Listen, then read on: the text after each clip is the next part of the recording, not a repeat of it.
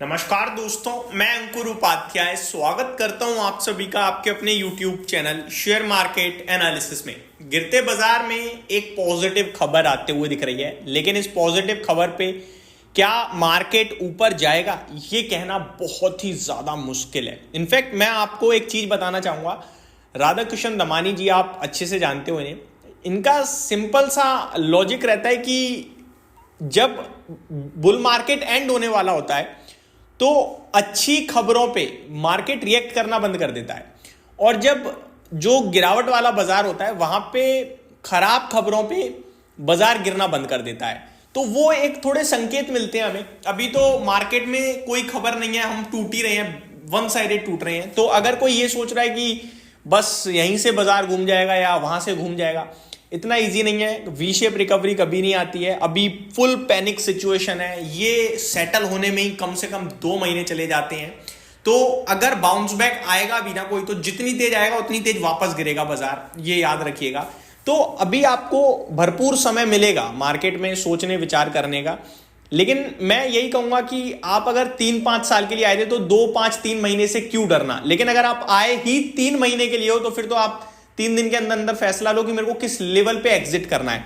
ये बहुत different game चल रहा है इस समय। आपको पता होना चाहिए कि आप किस समय सीमा के लिए आए हो मार्केट में।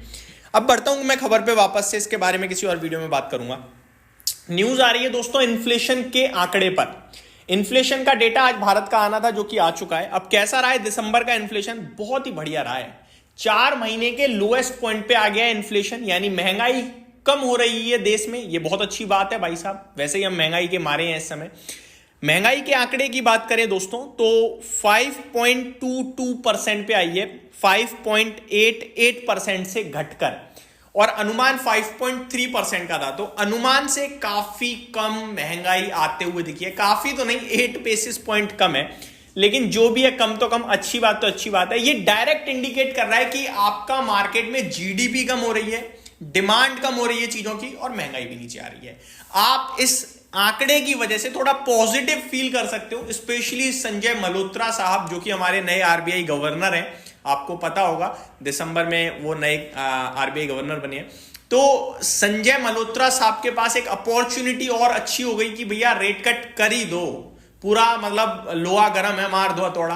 क्योंकि वैसे ही मार्केट फेब्रवरी की 6 फरवरी को पॉलिसी आनी है, मैं आपको बता दूं आरबीआई की।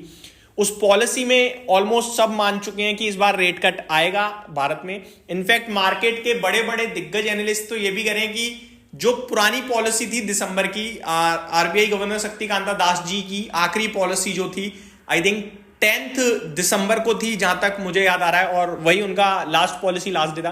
तो वहीं पे उन्हें रेट कट कर देना चाहिए था, बट उन्होंने नहीं करा, और ये एक डिले देखा है हमने, डिले हुआ है यानी पॉलिसी में।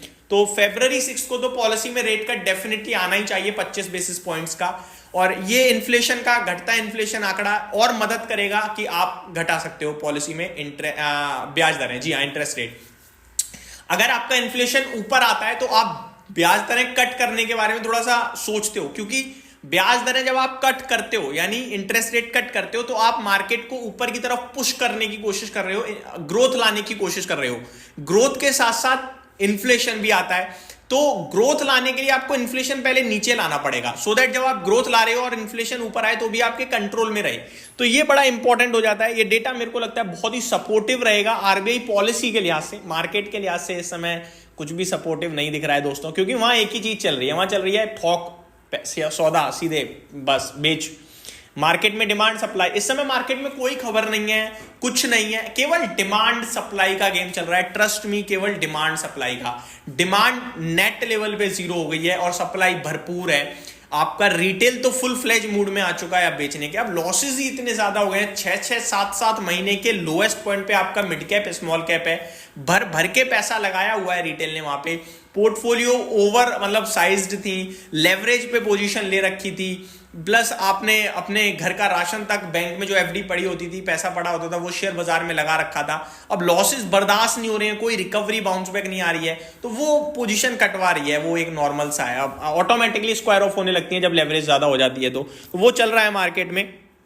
और वही मार्केट को कंटिन्यू बेसिस पे गिरा रहा है। यहां कोई खबर खराब नहीं है, कोई डेटा खराब नहीं आ रहा है। दो चीजें जरूर हैं, आप जोड़ना चाहो तो जोड़ लो। एक, रुपया कंटिन्यू कमजोर हो रहा है, कच्चा तेल का दाम भी बढ़ गया है, बट ये सारी चीजें आपने पहले भी बहुत बार देखी हैं। तो मेजरली जो बाजार गिर रहा है वो है डिमांड सप्लाई की वजह से, जहां पे आपका रिटेल दबा के बेच रहा है और बायर सामने कोई है नहीं। बाकी इन्फ्लेशन का आंकड़ा काफी पॉजिटिव बोलूंगा मैं, और ये पॉजिटिव बोलूंगा मैं आरबीआई पॉलिसी के लिहाज से बेहद पॉजिटिव बोलूंगा। ये बिग ब्रेकिंग है इस समय। अच्छा, one more thing, bitcoin falls to lowest since November 26 as risk assets sink. तो ये बिटकॉइन में भी गिरावट देखने को मिल रही है, लगभग 1.5 महीने के लोएस्ट पॉइंट पे आता हुआ दिख रहा है। जितने भी रिस्की एसेट्स हैं वो सब टूटते हुए दिखे हैं, और उसमें बिटकॉइन भी आपका आ गया है। तो ये इस समय मेरी तरफ से डिटेल्स थी। उम्मीद करता हूँ वीडियो पसंद आई होगी, जानकारी अच्छी लगी होगी। Thank you so much for watching this video. Have a great day guys.